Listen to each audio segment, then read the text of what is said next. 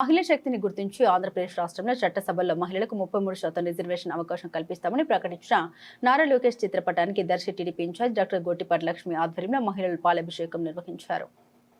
ఈ సందర్భంగా మహిళలు లోకేష్ అన్నకు జేజేలు అంటూ నినాదాలు చేశారు. మహిళల లోకం తరపున లోకేష్ కు ప్రత్యేక కృతజ్ఞతలు తెలుపుతున్నామని డాక్టర్ గోటిపాటి లక్ష్మి పేర్కొన్నారు. ఆమె మాట్లాడుతూ మహిళా సాధికారతను పెంపొందించి రాజకీయాల్లో మహిళల్ని శక్తివంతులుగా తీర్చిదిద్దాలన్న సంకల్పంతో నారా లోకేష్ ముందుకు రావడం చరిత్రాత్మక నిర్ణయం అన్నారు. రాష్ట్ర ముఖ్యమంత్రి నారా చంద్రబాబు నాయుడు కూటమి ప్రభుత్వానికి మహిళా లోకం ఎప్పటికీ రుణపడి ఉంటుందని తెలిపారు.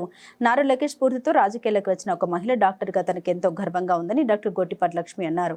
మహిళలను ప్రోత్సహించడంలో తెలుగుదేశం పార్టీ ఎప్పుడు ముందు ఉంటుందని తాతకు మించిన తనేడుగా లోకేష్ నిరూపించుకున్నారని కొనియాడారు.